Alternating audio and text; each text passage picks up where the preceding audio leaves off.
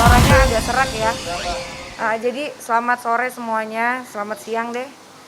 Uh, jadi hari ini saya mau menceritakan hal-hal yang mungkin banyak asumsi-asumsi di luar sana yang berkembang perihal apapun masalah yang sedang terjadi dalam keluarga saya. Jadi untuk hal yang kemarin malam, saya cerita dari situ dulu. Katanya saya dibilang menculik, menganiaya driver dan suster pribadi anak saya oleh pihak keluarganya Aska. Jadi pada saat hari Kamis saya mendapati suster saya merekam pembicaraan kami keluarga, saya, ibu dan kakak saya sedang berbicara di dalam rumah, sehingga tertangkap tangan pada saat itu. Saya melakukan, tentu tidak mungkin saya lepaskan begitu saja. Tentu saya harus mengamankan anak-anak buah saya ini. Saya ingin bertanya apa yang terjadi gitu loh, ada apa dan bagaimana gitu loh. Dan ternyata saya membuka itu semuanya, bisa nanti lihat cerita apa yang dilakukan kepada saya.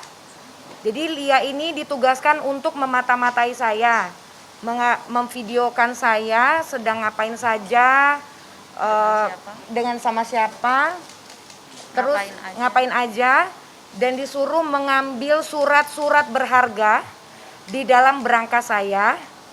Itu Lia yang ngambil dan diserahkan kepada Pak Kinenta, adik kandung dari Bapak Askara. Adik kandung. Jadi mereka berbicara katanya baik-baik segala macam gitu, tapi menyuruh sudah sampai urusannya kepada harta-harta. Jadi sertifikat rumah, BPKB, segala macam surat-surat berharga diambil oleh mereka. Lalu habis itu dengan dijanjikan apa, Lia aja cerita. Kalau dijanjikan sih cuman dibilangin naik gaji, tapi belum nyebut nominalnya. Tapi kalau sama driver udah nyebut nominal, bahkan ditambahin 500.000 per bulan. Masih dijanjikan Bu sebesar 500.000 tiap bulan. Ditambahin. Cerita satu-satu, lihat cerita mulai kapan apa. Kalau mulai kapannya sih ya kurang lebih 1 bulan yang lalu suruh satu pertama nanyain anak-anak positif keluarga dari Bapak Askara, karena Bapak Askara lagi di sel, nggak mungkin nanyain ke saya langsung. Jadi keluarganya mungkin ngasih info ke Bapak Askara, nggak tahu juga. Kalau Bapak emang udah jarang banget kontak ke saya. 2, ya nanya ibu pergi sama siapa, dijemput sama siapa, pakai mobil apa, kemana, pulang apa enggak, itu selalu ditanya. Saya ngaku salah karena saya kerja sama Bu Nindi, orang lain yang nyuruh. Saya salah. Saya disuruh juga karena atas landasan bantu Pak Aska, ngeringanin Pak Aska yang lagi ada masalah ibaratnya sama kepolisian, cuman seperti itu. Tapi makin lama ya ibu tahu apa yang saya lakukan. Ibu nggak terima dong, posisinya saya kerja sama Bu Nindi tapi saya disuruh sama orang lain. Dan misalnya ada penuduhan Bu Nindi nyulik saya dianiaya sama Pak Leman, salah. Saya nggak ngabarin keluarga saya nggak mau keluarga saya tahu. Tapi kenapa semua keluarga saya mengira saya dipenjarakan, dianiaya? Saya nggak terima gitu. Orang tua saya nggak terima gitu. Saya dipenjara sama Bu Nindi. Tapi kenyataannya nggak seperti itu. Saya nggak ngabarin keluarga saya karena saya nggak mau orang tua saya tahu saya di sini gimana, nggak mau. Gitu. Tapi sampai kemarin adik saya sampai di sana sama keluarga Pak Aska disuruh datang, padahal adik saya posisi kerja nggak tahu apa-apa, ditelepon suruh ke sana, suruh tanda tangan, dan adik saya tidak tahu itu tanda tangan buat apa. Sampai akhirnya adik saya bisa keluar dari rumah sana, dan itu pun di tengah jalan dia ditelepon sama Pak Kinta suruh balik, jangan ceroboh apa segala macam gitu. Sampai adik saya ketakutan gitu. Oke. Jadi ini mereka kan bilang kalau itu bukan mereka yang mengambil, keluarganya Lia. Jadi ini nomor teleponnya Kinta, Pak Kinta, namanya Kinta, harus spellingnya, ini nomor adik ipar saya. Jadi dia yang mengambil, dia nyuruh ini adiknya Lia datang nginep 1 malam di rumah Kinta. Pak Kinta. Nginep 1 malam di situ. Dan ini chattingannya, sorry, adiknya Lia gitu loh. Supir saya lagi ke tempat kerja Mbak untuk jemput. Mbak kalau bisa keluar dari tempat kerja yang lama. Pak ini saya udah mau ke tempat Mbak Lia, ngapain jangan ke sana, kan udah saya bilang jangan gerak sendiri, telepon saya. Kamu angkat telepon saya dulu, bisa angkat telepon saya. Adiknya langsung berangkat menuju rumah saya gitu loh, karena adiknya dia jadi dikasih tahu kalau Lia ini dari pihak keluarganya Aska Di dianiaya lah, dimasukin disekap sama ibu. disekap sama ibu gitu loh. buat mastiin adanya ke rumah ibu. Akhirnya adiknya kan ke rumah saya gitu, mastiin kalau Lia baik-baik saja gitu loh, tidak ada apa-apa gitu loh. Ini Mbak bisa ke rumah lagi sekarang nggak, urgent gitu loh. Jadi kan katanya baik-baik saja sama saya, tapi kenapa melakukan hal-hal seperti ini gitu loh, mau ngapain gitu loh. Saya pun juga saya punya hak 100% terhadap apapun itu urusan harta-harta lah. Saya mikirin aja juga enggak gitu loh. Cuma intinya sekarang dapat informasi katanya Aska memberikan surat kuasa. Seharusnya surat kuasa itu diperlihatkan dulu kepada saya, baru silahkan buka berangkas. Saya aja nggak ada buka-buka, kok kenapa kok itu yang dilakukan dulu gitu loh. Padahal kita pun kan, yang saya pahami adalah pihak keluarga pun juga setuju untuk saya melakukan perceraian, tidak ada masalah kok gitu loh. Tapi pihak pengacaranya bilang kalau misalnya keluarganya ingin mendamaikan apa segala macam. Ini kan bukan damai jadinya, malah jadi keruh, panjang gitu loh. Buat apa sih? Saya pun juga untuk melakukan ini tuh tidak mudah untuk lepas dari urusan-urusan ini gitu. Saya pun juga dalam kondisi tidak tenang. Saya pun juga terpecah belah, urusan kepala saya ini tuh pikiran saya untuk urusan anak, urusan segala macam. Saya biasanya punya pasangan, tiba-tiba pasangan saya nggak ada gitu loh. Jadi nggak mudah gitu loh untuk melakukan hal ini gitu loh. Cuma ditambah-tambah lagi dengan hal-hal lain yang udah dilakukan oleh keluarga suami saya gitu loh. Sekarang kita fokus aja dulu apa yang harus dilakukan, kok ya masalah harta udah diurus-urus dulu gitu loh. Nah ini kalau yang dari pihak Pak Leman, apa Pak Leman? Ya itu Bu, masalah istri saya mengadu. Hah? Yang masalah istri saya kan katanya digosipin saya di penjara, dipukulin sampai nggak pulang-pulang. Dia merasa kehilangan dan diteror katanya kan. Akhirnya dia melaporkan ke Polres Jakarta Selatan tentang kehilangan saya gitu. Dan pada suatu malam kemarin ya, semalam saya langsung datengin aja ke kantor LBH Pekat ya. Nah di situ dia mau konferensi pers tuh. Saya langsung aja masuk ke dalam, saya panggil istri saya, ayo Bu, di sini bukan urusan kita, ayo kita pulang, udah nggak ada urusan di sini. Kamu ngapain ngelaporin saya ke polisi gitu kan? Udah sampai di situ, udah kita berdebat sama istri, akhirnya dia nggak mau pulang juga gitu.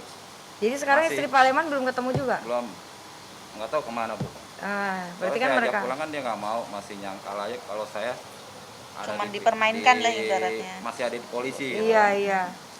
Padahal Pak Leman ini padahal sudah teleponan sama istrinya.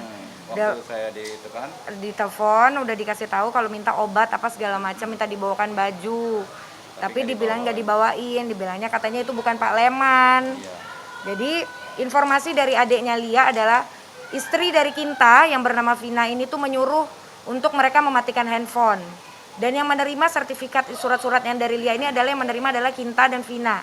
Dia ngambil di depan rumah, di jalan di depan. Jadi hanya ngambil dikasih langsung jalan gitu loh. Ini kan udah kita urusannya rumah tangga. Kenapa kok urusannya sama keluarga? Ibu saya aja nggak ngurus-ngurus seperti itu. Kakak-kakak saya juga enggak. Kok lucu gitu loh. Jadinya malu gitu loh. Dan menurut saya udah terlalu banyak lah diam, dizolimin, saya dituduh-tuduh masukin suami saya. Sekarang logikanya aja, mungkin nggak saya mau menghancurkan citra bapaknya anak-anak saya. Bagaimanapun buruknya, dia tetap adalah bapaknya anak-anak saya. Gak mungkin saya membuat rekam jejak yang akan terus-terusan ada. Dan itu pasti akan membuat anak-anak saya terluka. Dan gak mungkin saya melakukan itu. Dan saya sangat sedih dituduh-tuduh seperti itu. Aska sangat tahu sekali apa yang terjadi. Dan keluarganya sangat tahu apa yang terjadi. Tapi please stop, jangan blaming kemana-mana. Kita clearkan saja dulu. Aska tahu kok apa yang sudah dia lakukan. kesalahannya apa saja. Saya pun juga nggak sempurna, saya pasti punya kesalahan. Cuma kita lurus aja dulu ini apa yang terjadi gitu loh. Jadi kalau untuk urusan ada lagi KDRT yang memang saya ini sebenarnya ini bukan hal-hal ini tuh sebenarnya tidak ingin saya ceritakan karena bagaimanapun tadinya ini saya ingin semuanya keep sendiri gitu loh. Jadi pada tanggal 18 Desember saya mendapatkan KDRT lagi yang terus menerus intensitasnya. Jadi tanggal 18 saya ada percocokan, saya dipukul tanggal 18. Akhirnya tanggal 18 itu saya pergi ke rumah ibu saya. Akhirnya tanggal 19 itu ibu saya melihat kalau saya lebam-lebam. Walaupun padahal saya sudah tutup-tutupin dan akhirnya dia tahu karena bengkak-bengkak muka saya pada saat itu. Dan dia nyuruh saya sama kakak saya ditelepon untuk berangkat visum. Hal itulah yang membuat saya menjadi kuat karena tadinya selama 9 tahun saya tidak pernah menceritakan apapun itu bentuknya. Jadi tapi Pak Leman sama Lia tahu persis lah. Setiap kalau saya mendapatkan kekasaran atau saya berantem, saya pasti kabur dari rumah. Saya pergi 2 hari, nanti saya pulang sendiri. Pergi sendiri, pulang sendiri gitu loh. Jadi tidak pernah saya namanya melibatkan orang-orang lain. Tapi teman-teman saya itu yang terdekat ada tahu. Tapi saya tidak pernah menceritakan detail-detail apapun itu. Karena menurut saya yang namanya permasalahan rumah tangga memang sebaiknya disimpan sendiri. Tidak boleh menceritakan orang lain. Jadi saya tuh sedih sekarang karena akhirnya bongkahan es yang udah mau ya akhirnya pecah juga gitu loh. Dan untuk urusan KDRT itu sendiri memang sudah sering terjadi. Walaupun intensitasnya itu mungkin setahun berapa kali dan saya memiliki bukti-buktinya. Jadi dan dilakukan tanggal 18.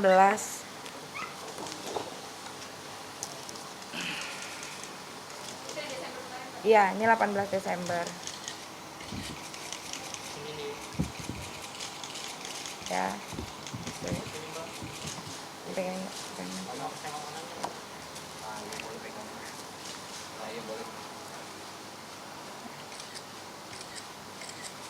Ya.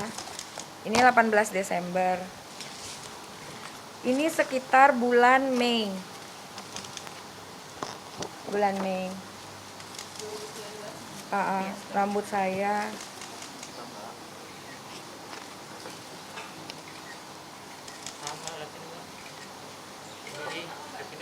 rambut apa lagi kalau bukan rambut saya? Ya dijambak. Tangan. Apa ya? Lihat teman-teman. Ini saya lupa tepatnya kapan, tapi bulan Januari juga ada, bulan puasa juga ada. Enggak, itu beda. Itu bulan Januari deh kayaknya. Ini di sini lebam. Di Januari. Hanya wajah aja ya kayak apa? Ini tangan sama rata. Iya rata-rata semuanya banyaknya di muka sih, muka, lengan, tangan gitu. Kurang lebih seperti itulah ya. Sering ya melakukan KDRT? Iya. Tahun bisa berapa? Ya saya nggak mau inget lah, ini aja juga saya sebenarnya kan buka memori lama jadinya. Dari tahun berapa tuh Mbak? Ya udah lama lah, udah lama dari saya awal nikah pun juga udah begitu gitu loh. Cuma yang namanya memang Aska itu memiliki emosional yang tidak bisa dikontrol. Dan di Aska tahu sendiri itu kenapa dia seperti itu.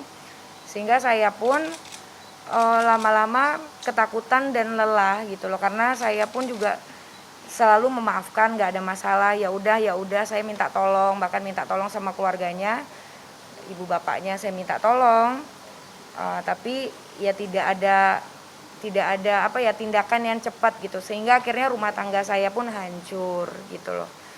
Sekarang ini kan kalaupun misalnya saya berpisah, pasti kan saya tidak mau Aska ada kasus hukum yang lain gitu loh, biarlah tetap saja perceraian saja gitu loh, tapi nggak ada urusannya dengan hukum-hukum yang lain gitu. Tapi mau apa lagi, karena mungkin ini udah takdir Tuhan, Aska harus seperti ini, saya pun juga harus menerima seperti ini gitu loh. Jadi mohon sekarang ini tuh jangan pemberitaannya kemana-mana. Jadi karena dibilang saya yang melaporkan, saya yang TO, kita sama-sama tahu lah, saya tahu persis apa yang terjadi. Dan saya tidak mau hal buruk terjadi kepada Aska gitu loh.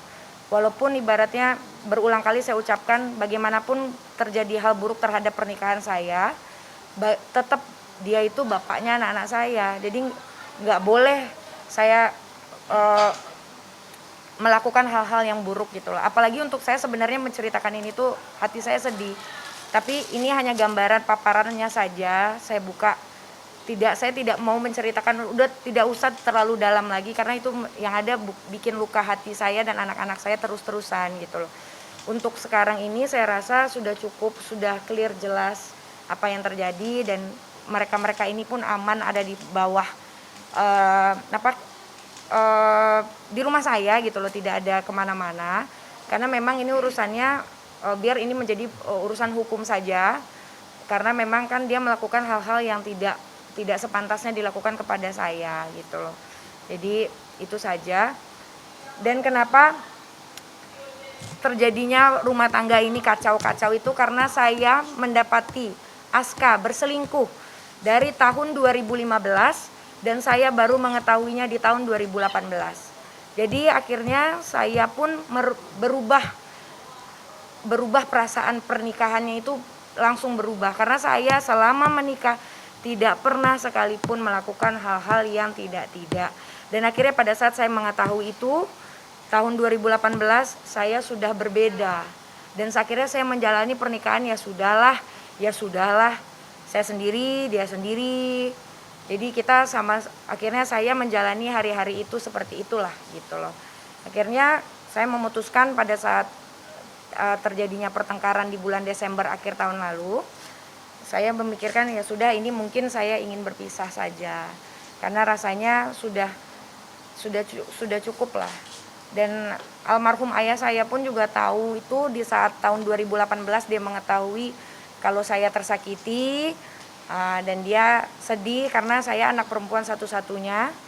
Jadi saya sangat sedih semenjak itu ayah saya kesehatannya drop. Jadi tahun 2019 ayah saya pergi di saat ya dia sudah mengetahui kalau saya tidak seperti apa yang dia kira gitu loh. Itu saja sih. Ini sorry soal motif yang tadi Pak Sulaiman sama Balia mengikuti membuntuti Nindi. Itu kan motifnya belum dikasih tahu. Apa mungkin sorry Mbak kan katanya kan ada orang ketiga.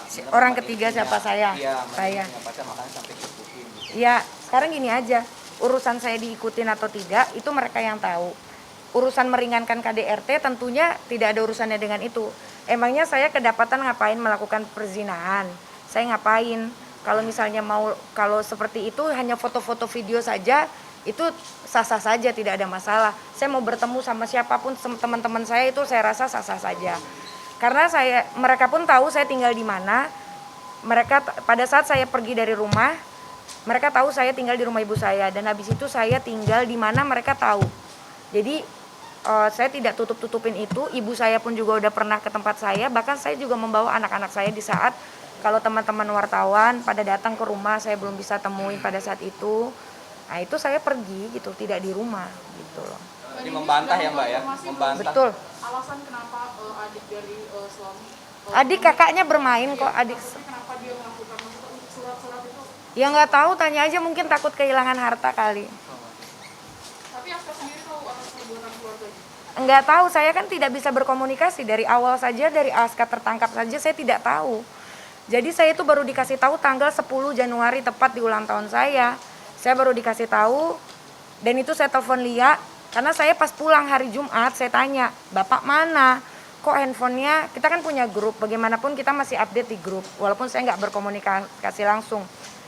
Kok nggak ada tanya-tanya anak-anaknya, biasanya tanya-tanya gitu kan. Tiba-tiba nggak ada. Saya tanya, katanya bapak sama 5 orang teman masuk kamar. Saya marah, kurang ajar, siapa nih yang masuk kamar saya gitu loh. Saya cari-cari kemana sama siapa nih masuk 5 orang kamar ini siapa. Belum mau cerita karena disuruh tidak boleh cerita. Akhirnya saya paksa-paksa cerita, baru cerita hari pas tanggal 10. Kalau ternyata tanggal 9 malam. Baru dikasih tahu kalau itu polisi gitu. Jadi saya tidak tahu dan saya tidak bisa berkomunikasi. Awalnya masih bisa berkomunikasi, tapi tiba-tiba tidak bisa berkomunikasi. Gitu. Menjenguk saja saya tidak diizinkan. Tapi saya begitulah kira-kira. Jadi gimana mau baik kalaupun tidak ada komunikasi gitu loh. Tapi Bu, selama di penjara sih masih ngubungin saya sih. Oh, Tapi bahkan bukan buat apa-apa, cuma ngatur barang Nah. yang ada dari luar negeri gitu. Ternyata itu nggak ada pernah hubungannya. tapi pernah berkomunikasi di pas dalam waktu tahanan pun Bapak masih Masih. chattingan sama saya gitu. Sama Tuh. saya juga masih, tapi nggak yang sering, Tapi sesering ke nggak sering, Palembang. cuma ngambil barang-barang dia gitu dari Tokopedia atau mana gitu. seperti itu. Berarti kan tapi tidak berkomunikasi sama saya gitu loh. Harusnya kan kalau mau seperti itu kan ya minta ketemu sama saya lah, tinggal ngomong sama lawyernya, pengen ketemu sama saya atau apa gitu loh. Mbak, Enggak. waktu Aska waktu itu berselingkuh, perasaan Mbak seperti Mbak hancur. Mas tanya aja sama diri Mas gimana kira-kira. Mbak, itu jadi alasan. Oh iya. Tahu dari teman-teman atau Enggak lah, saya nemuin tertangkap basah sendiri kok, saya melihat dari handphone. Oh, di handphone. masih dari Sempat kalangan marah artis, waktu Mbak? Oh iya, saya marah. Saya makanya badan saya kurus banget itu tahun 2018, dikira saya makin narkoba padahal saya karena ada masalah rumah tangga. Mbak, itu Hah? Depresi. Oh iya, saya nggak percaya orang. Ini aja yang udah dilakukan mereka ini aja, saya udah tambah nggak percaya lagi sama orang. Saya tuh sudah trust issue saya sudah tinggi. Saya sempat ibaratnya tuh nggak bingung. Saya sempat minum ke psikolog, minum obat.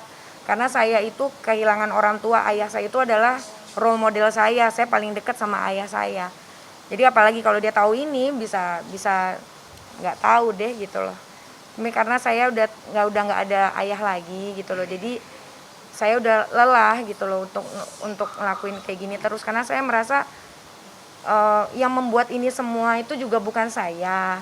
Jadi gini loh, kita ini mengurut kesalahan itu jangan tiba-tiba sekarang, tapi dilihat semuanya itu dari awal. Benang kusutnya itu kenapa?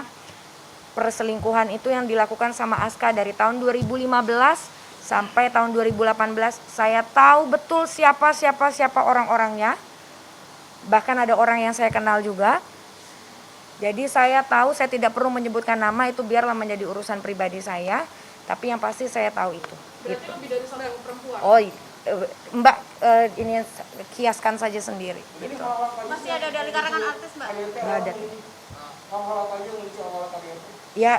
Ya namanya, ya kan saya bilang emosionalnya itu tidak stabil. Sehingga hal kecil, hal besar, sampai hal yang memang dia kesalahan dia pun bisa itu menjadi hal yang membuat dia terpicu gitu loh.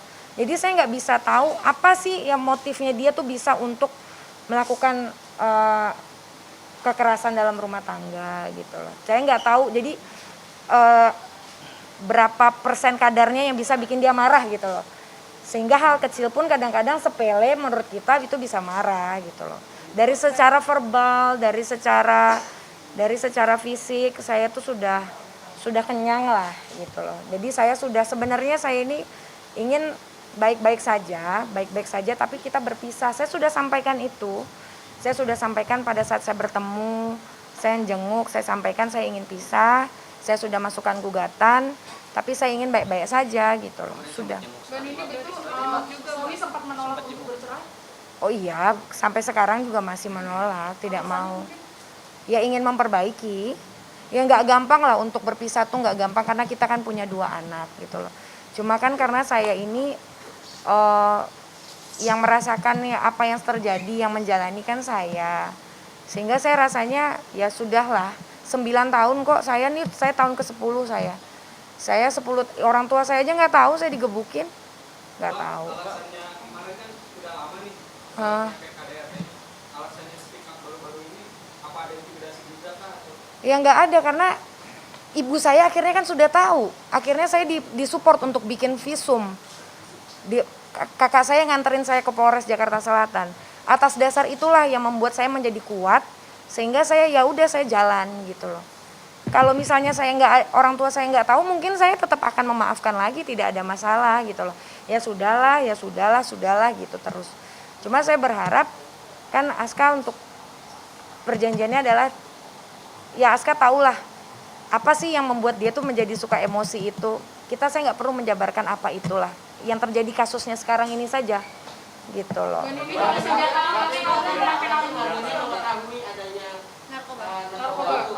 Enggak, saya tidak akan memberikan statement apapun soal narkoba.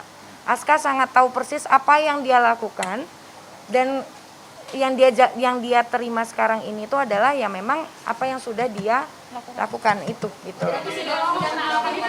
Kenapa? Saya tidak memberikan statement apapun. Mau lamanya bagaimana saya tidak tahu, saya tidak ingin ikut campur urusan itu. Biarlah itu menjadi urusan kepolisian, tapi intinya adalah Aska sangat tahu persis apa yang terjadi. Kalau Aska gentle, clearkan saja. Jangan bilang kalau misalnya saya udah lelah, sangat lelah mendengarkan berita kalau misalnya Aska menggunakan narkoba karena lelah terhadap saya, capek atas rongrongan saya. Aska tahu persis bagaimana saya mandiri. Aska tahu saya juga bekerja. Aska tahu kalau saya pun juga tidak pernah merongrong apapun itu. Dan rasanya kalaupun seorang istri merongrong itu adalah hal yang wajar, itu istrinya sendiri. Tapi Aska tahu kalau saya tidak seperti itu.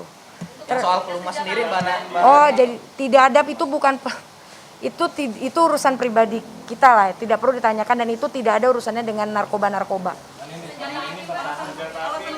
Saya tidak tahu menau itu biarlah menjadi ranah hukum. Saya hanya berbicara masalah saya saja, masalah orang-orang saya ini yang dibilang saya mencuri melakukan penculikan. Itu saja ya. Udah ya. Sudah berapa lama untuk mengikuti kakak gitu? Katanya baru-baru ini. Oh iyalah, anak-anak saya lah. Saya bertahan demi anak-anak saya, dan saya adalah orang yang sangat mencintai keluarga.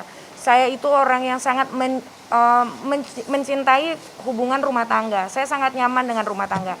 Saya sangat nyaman memiliki pasangan. Dan saya tuh nggak biasa tuh kayak ngelihat mungkin orang ada yang nyaman pacar-pacaran doang apa. Saya sangat nyaman dengan namanya berumah tangga. Sehingga itu membuat saya tuh merasa tenang. Terus saya punya teman ngobrol apa segala macam. Jadi saya sangat cinta sama keluarga saya. Bohong kalau saya bilang tidak gitu loh. Jadi untuk saya memutuskan saya berpisah ini tuh susah, sulit. Jadi jangan dipersulit lagi gitu loh. Karena keadaan hati saya pun juga sedang tidak baik. Dengan pemberitaan-pemberitaan yang di luar, yang bergulir, dibilang ini itu, udah capek lah gitu loh. Anak-anak nanyain bapaknya, mungkin apa? Menjelaskan ke anak. Iya, bilang ayahnya lagi kerja aja. Mbak Nindi, kan masalah ini cukup menyudutkan Mbak Nindi. Sempat beberapa netizen bilang bahwa ketika suami ada masalah justru ditinggalkan, pengen hartanya doang. Mungkin seberapa berpengaruh? Silakan sekarang gini aja. Kalau memang saya pengen harta, saya mungkin udah ngambil. Sekarang gini aja, yang ngambil harta aja siapa? Yang ngambil harta aja siapa? Yang ngambil surat-surat berharga di rumah saya itu, di dalam berangkas kamar saya itu siapa? Saya punya hak. Kalau memang Aska suruh ambil, harusnya surat kuasa itu diperlihatkan kepada saya. Tapi bukan dengan cara diam-diam, terus sekarang baru bilang kalau adanya surat kuasa. Itu kan berarti udah rules-nya aja udah salah. Harusnya surat kuasa dulu baru ambil gitu loh. Intinya gitu aja. Jadi kalau saya tidak akan menyudutkan apapun, keluarganya tidak ada. Cuma intinya itu yang dilakukan kepada saya. Jadi terserah, saya rasanya juga punya hak. Mereka membenci saya, ya terserah. Saya pun juga bisa membenci mereka. Tapi bagi saya kita keluarga, harusnya tidak seperti itu gitu loh. Harusnya banyak hal-hal yang baik yang bisa kita lakukan bersama-sama. Rangkulan dong, karena ini kan masalah bersama. Kita keluarga dan akhirnya jadi masalah yang dikonsumsi oleh publik. Gitu. Saya maafkan, udah saya maafkan. Dari kemarin-kemarin saya maafin kok. Apapun yang sudah dilakukan sama Aska, baik tentang perselingkuhan, KDRT, saya sudah berusaha memaafkan, dan itu saya lakukan perlahan-lahan. Saya berjalan move on sendiri. Gimana saya pergi umroh, saya mau berangkat umroh minggu depan, mau ikut, saya minta dia ikut. Itu saya lakukan karena saya merasa saya sudah lelah, dan saya benar-benar titik terendah saya lah. Karena saya itu seorangnya percaya sama suami, periksa handphone suami aja nggak pernah. Saya nggak pernah buka-buka handphone suami kalau memang bukan urusannya, kayak misalnya mau ngapain. Nggak pernah saya utik-utik. Saya nggak pernah ngurus-ngurus dia, pengen tahu apa segala macam, di mana ini itu nggak. Saya percaya 100% sama suami saya. Tapi di tahun 2018 Allah punya kehendak lain, saya diperlihatkan dan itu dibukakan semuanya. Sehingga itu membuat saya hancur gitu. Mbak, reaksi Aska waktu itu ketahuan selingkuh seperti apa sih? Marah. Tapi dia yang marah. Dia marah, iya, ini tahu kok. Dia mengakui nggak? Atau Ada. Malah dia melakukan KDRT. alasan utama jadi perceraian nggak sih Mbak? Karena kan KDRT-nya kan juga mulai dari awal pernikahan. Iya banyak hal lah, banyak hal. Kita kan bertahan rumah tangga itu kan pasti banyak yang membuat kita bertahan. Tapi gugur itu kan banyak hal gitu loh. Saya itu cuma hanya pengen lepas tapi kita bahagia sama-sama gitu. Saya berhak lah bahagia karena saya juga udah merasa tertekan kok dari awal.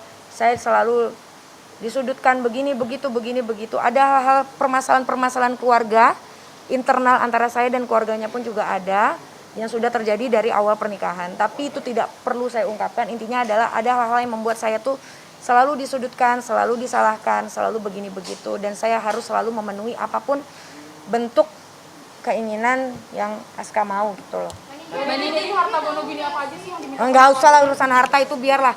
Harta nggak dibawa mati, Mbak. Ya. Mbak Nini, selama bertahun-tahun menikah, maksudnya hampir 9 tahun kan ya? 10 tahun. Hampir 10 tahun.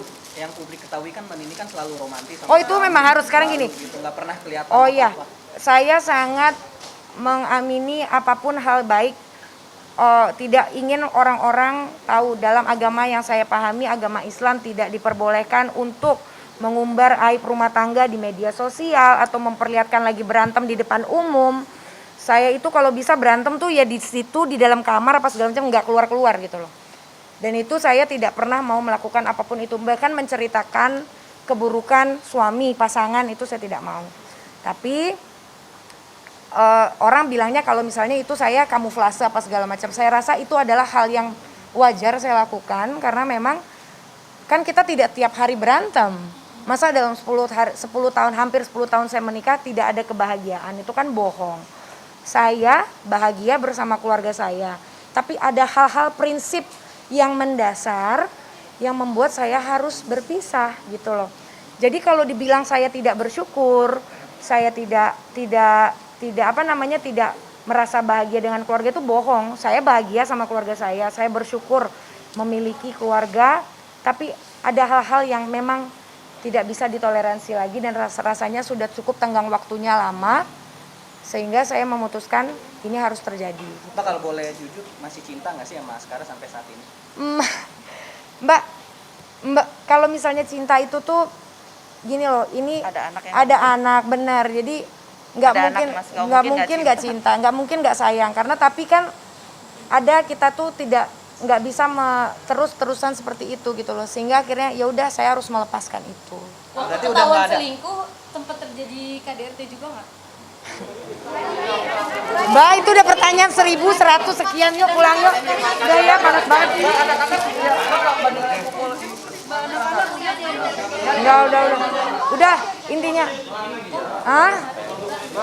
Apa mau? Mbak Nini masuk kedatangan Komnas Perempuan apa sih Mbak? Mungkin masuk kedatangan ke sini. Iya, Komnas Perempuan soalnya kan tahu saya ada masalah ini juga, jadi kita ngobrol, jadi untuk membantu urusan-urusan hukum proses hukum yang sedang berlangsung gitu. Ini anak-anak tahu nggak sih kalau saat KDRT terjadi reaksi anak-anak melihat pernah melihat pernah. Anak-anak nangis atau seperti Nangis. Tahu kok. Nangis. Nggak ada. Berarti udah nggak cinta sejak kapan? Sejak 2018? Allahu Akbar. Kamu mau cariin saya orang yang cinta? Gimana sih nanyanya itu mulu? Tahu. Jadi Udah. sejak 2018 sudah nggak cinta, Mbak? Sekarang gini aja, orang kalau udah diselingkuhin rasanya sama nggak? Iya. Nah, udah itu aja. Ntar ini dia supir saya minta mau ngomong. Klarifikasi soal saya diculik gitu ya. Ini kan semua nggak ada urusannya sama ini kan. Iya, saya bukan untuk mengadu domba nih antara ibu dengan Bapak Aska. Coba untuk keluarga Bapak Aska, saya mohon kembalikan istri saya ke kontrakan yang lama dan ketemu anak-anaknya. Untuk itu aja udah. Pak selama ini tinggalnya di mana Pak? Ya saya kurang tahu, makanya nggak tahu keberadaan istri saya sekarang sampai saat ini di mana nggak tahu saya. Nggak ada komunikasi Pak? Nggak bisa ditelepon. Handphonenya kan dimatiin. Karena waktu di rumahnya Bu Ganti Vina, nomor nggak tahu. karena di rumahnya waktu itu menurut cerita adiknya Lia, Vina itu istrinya dari adik ipar saya suruh matikan handphone, tidak boleh nyalakan handphone, dan mereka nginep di sana semalam gitu. Nah adiknya Lia sempat berhasil kabur, terus ditelepon lagi suruh balik. terus supirnya jemput gitu. Intinya seperti itulah. Kejadian semalam mungkin Mbak Dini sudah mencoba komunikasi dengan pihak keluarga. Kita sudah selalu Kan mencari. adik saya datang ke situ. Kan udah cari, bahkan Pak Leman juga sudah datang ke kontrakan apa segala macam gitu loh. Tidak ada gitu loh. Jadi saya pun kemarin malam padahal mertua datang ke rumah. Mertua saya datang, yang laki-laki datang ke rumah, ingin berbaikan apa segala macam, ingin ketemu dengan keluarga, dan saya tidak terima. Saya disindir-sindir oleh pihak ipar-ipar saya. Maksud saya gini loh, kita ini sama-sama pihak luar. Kalian tidak tahu permasalahan rumah tangga saya. Saya sendiri tidak mencampuri permasalahan rumah tangga mereka. Jadi jangan ikut-ikut campur urusan orang. Itu yang namanya ikut campur. Belum aja nanti kalau misalnya terjadi sesuatu sama rumah tangganya mereka, diikut campurin rasanya bagaimana gitu loh. Jadi jangan hanya dengar cerita dari sebelah pihak. Yang tahu, yang merasakan itu adalah saya. Saya tahu pure apa yang terjadi. Saya tahu persis itu gitu loh. Pak Leman kan kemarin semalam ketemu sama istrinya. Iya. Itu nggak mau pulang atau ada penjelasan gitu nggak sih antara keduanya, Pak Leman dengan istri sendiri? Ya, dia masih bertahan aja, disangkanya tuh saya Didoktrin, dicuci otak. Mungkin didoktrin saya sama keluarga mereka gitu kan, nggak ngerti juga, biasanya nggak begitu dia. Ya jadi nggak ngerti, nurut-nurut aja. Semalam berubah banget tuh, waduh saya juga kaget sampai begitu kan. Sampai Tapi tahu Pak, dia sempat kaget gitu, Bapak muncul di ya kaget lah, saya tiba-tiba kan muncul di ibaratnya markas LBH itu apa ya? Iya, jadi kita kan, saya kan kaget kok tiba-tiba mertua datang ke rumah baik-baik, tiba-tiba kok jam 10 mertua pulang, saya dapat info pihak keluarga Aska mau mengeluarkan konferensi pers buka-bukaan katanya gitu. Ngapain gitu loh. Ya terlepas misalnya gini loh, kita ini, saya nggak sempurna, Aska nggak sempurna, saya pun juga udah berusaha tutup-tutupin apapun itu, tapi kok saya di terus-terusan disakitin terus gitu loh. Mbak Nini tadi cerita tentang foto ini kan, bukti-bukti foto ini kan udah lama gitu. Iya, dari handphone. Melakukan kekerasan, Mbak Nini udah ada niatan untuk mungkin Saya harus punya foto-foto karena menurut saya orang-orang segala sesuatu tuh saya harus punya bukti fisiknya lah gitu loh, karena kaca rumah saya juga pecah kok, di kamar juga ada. Itu juga bukti otentiknya ada. Anak saya aja yang kecil tahu gitu loh. Jadi ada niatan dari Mbak Nini untuk ini nanti bukti untuk nanti proses nanti. awalnya nggak ada niatan karena kan ini fotonya udah dikumpulin udah lama kan, beberapa di saat kejadian-kejadian gitu loh. Hah?